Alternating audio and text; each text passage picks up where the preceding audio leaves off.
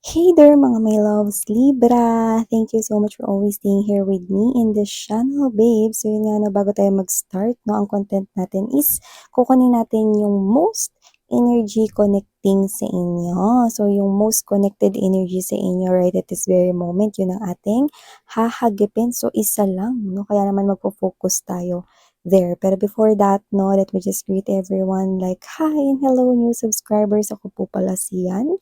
Welcome po kayo dito at sa mga returning at pabalik-balik no ng mga sumusuporta sa akin. Maraming salamat po sa inyong lahat. So we do not have any gender, babae, lalaki, LGBT, cross-watchers, you can flip rose if you want. And of course, this is timeless as well. And at the end of the day, you always have your free will. Okay? So let's get into your reading, Libra. So spirits and angel guides, Archangel Michael, thank you so much. Tell me something about this person connecting mostly kay Libra. What this person here wants from Libra. Who is this person here? Please reveal his or her intentions for Libra. Who is this person connecting intensely to Libra? Yeah, we're gonna get only one energy right here. We're gonna go specific with this person. Libra. Libra. Thank you so much, Archangel Michael, for being present here in this reading. This is for my lovely Libra people. If you happen to hear noise in my background, there's a construction ongoing sa aming neighborhood. Yeah, it's actually near our house. So yun nga, no, thank you so much for your pangunawa and understanding. Alam niyo naman, na pag sinita ko yan mga babes, na baka palipatin ako ng aming barangay captain sa kabilang barangay. So, okay. So yeah, let's get into this reading. Who is this person kaya connecting to my Libra people? Ilagay muna natin ang ating mga energy sa ating table here. Okay? Oh, okay.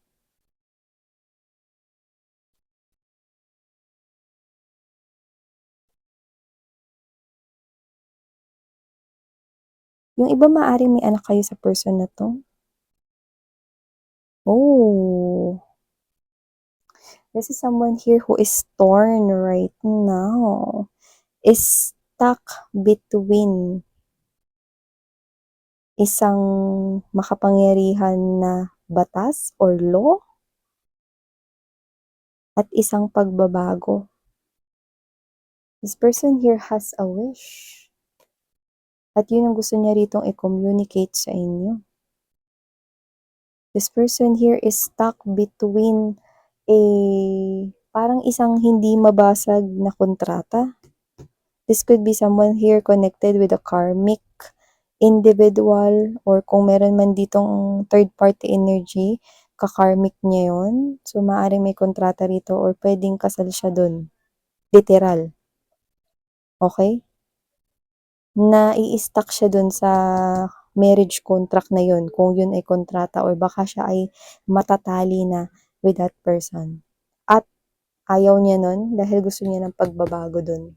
Actually, gusto niya yun mag-end with the number 10 standing out right here.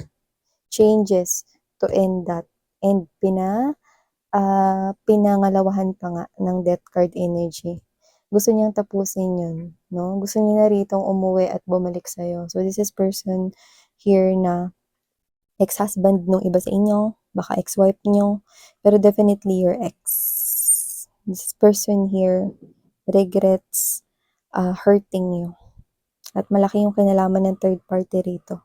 Nalulungkot siya rito at inaalala ang mga masasaya ninyong memories together. Yung iba, pwedeng may anak kayo sa kanya, yung iba naman, pwedeng wala, no? Pero kung may anak kayo sa kanya, nakikita ko na yung bata rito. To ha, hindi to mag-resonate to all, pero nakita ko yung bata magaling sa school, may achievements, no? May mga awards. Yan, no? May katalinuhan, no? Smart yung inyong child right here. Yan, no? Matalinong bata. So, nakikita ko rito, kahit wala kayong anak, it's okay. As what I'm picking up from here is this person is actually waiting for you. Okay? na replyan mo siya, kausapin mo, baka blinak mo ito, 'no? Pero yung iba puwedeng pabalik-balik ito sa bahay niyo or sa pinagtatrabahuhan ninyo, 'no? O siguro puwedeng stalker na rin yung datingan niya rito, 'no? Pero this person here will not cause any harm sa'yo, eh. Basta yung energy niya sising-sisi 'no, na nasoplak niya lahat ng mga energies na gustong kumunik sa'yo rito kasi siya yung nag-stand out. So, ibig sabihin malakas yung desperation niya rito 'no. This person's wish is to talk to you, talk about your past together. Talk about to make ayos this 'no.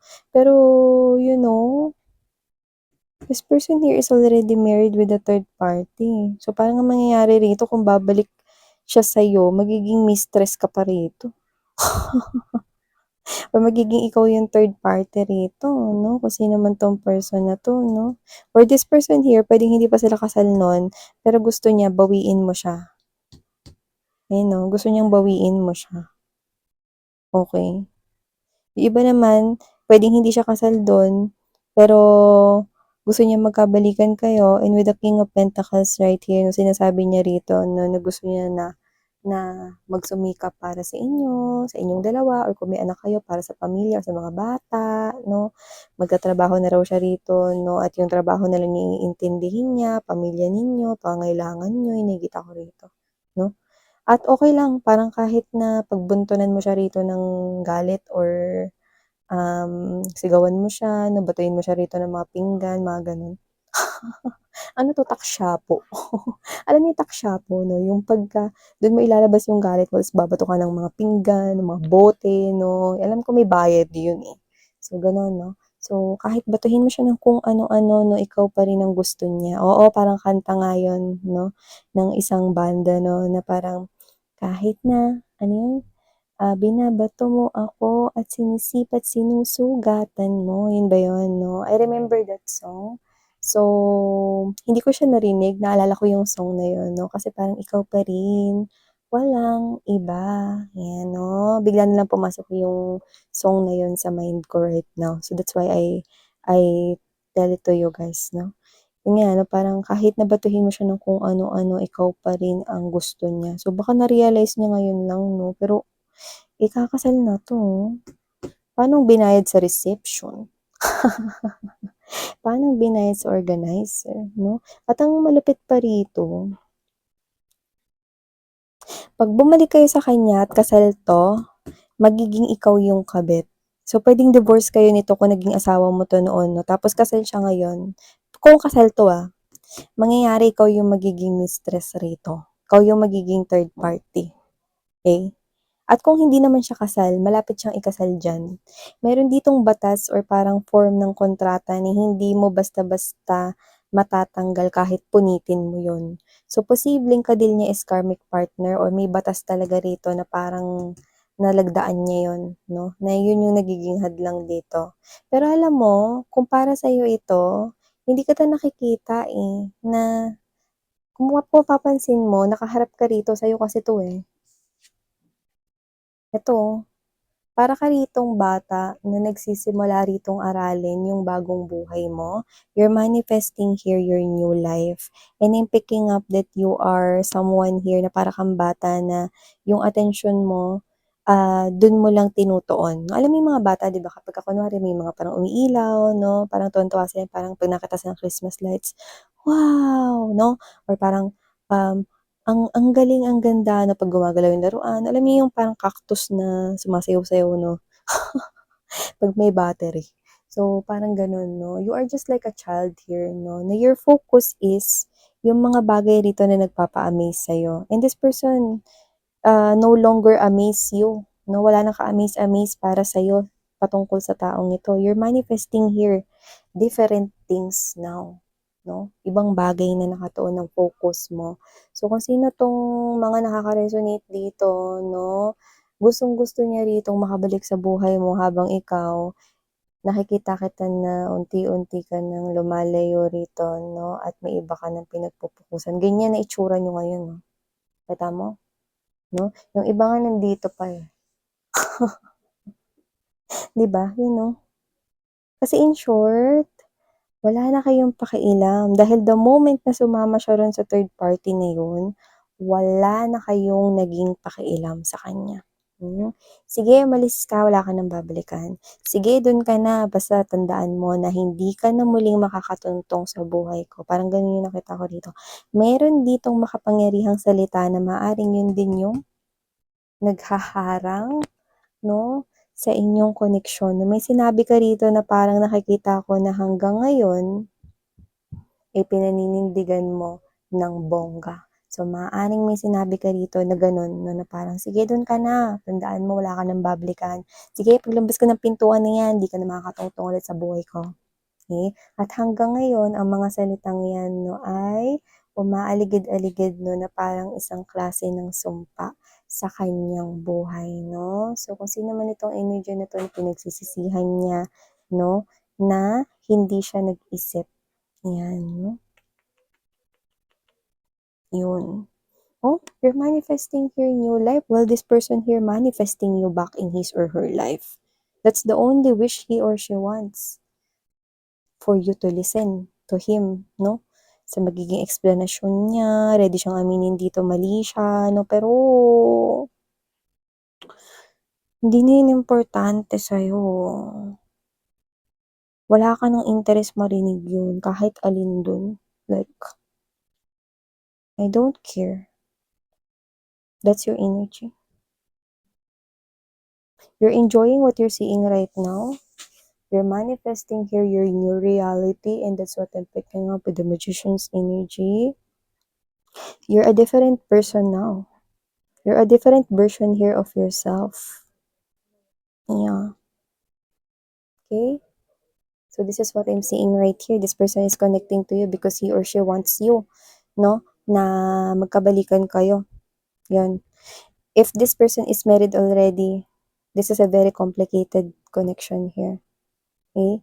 At nakikita ko, eto ha, nakikita kong lalayas siya. Kung ikakasal ito, malamang hindi ito umattend ng kasal or posibleng lumayas yan, 'no, at umalis, At kung saan siya pupunta, hindi ko nakikitang uuwi siya sa'yo, pero nakikita kong aalis siya, 'no, kasi ayaw niya 'to. Ayaw niyang matali dito, okey? At kung kasal na siya, nakikita ko 'tong aalis, 'yan 'no. In 3 months aalis 'to diyan sa third party na 'yan, 'yan ang nakikita ko here. Such a mess, 'no? Pero you do not need to do something about this. Kung ano yung nakikita mo ngayon sa iyong mundo, dwell into that because I'm seeing you're happy right now. You're perfectly fine. You're doing well, okay? You're in a very good place right now. Continue doing what you're doing. Keep it up, okay? You do not need to be involved with this person anymore. This person here, a lot of complications, a lot of conflicts in this energy if you're gonna dive back to this person here, okay? So yeah, pero tandaan nyo, okay, you always have your free will. You are free to use that anytime, anywhere. Thank you so much mga babes no for tambay here sa aking channel no, and please do check out other channels no. We do have other channels. Ang mga links ay nasa description box. Thank you so much. Sarang hayo, love and light. Annyeong!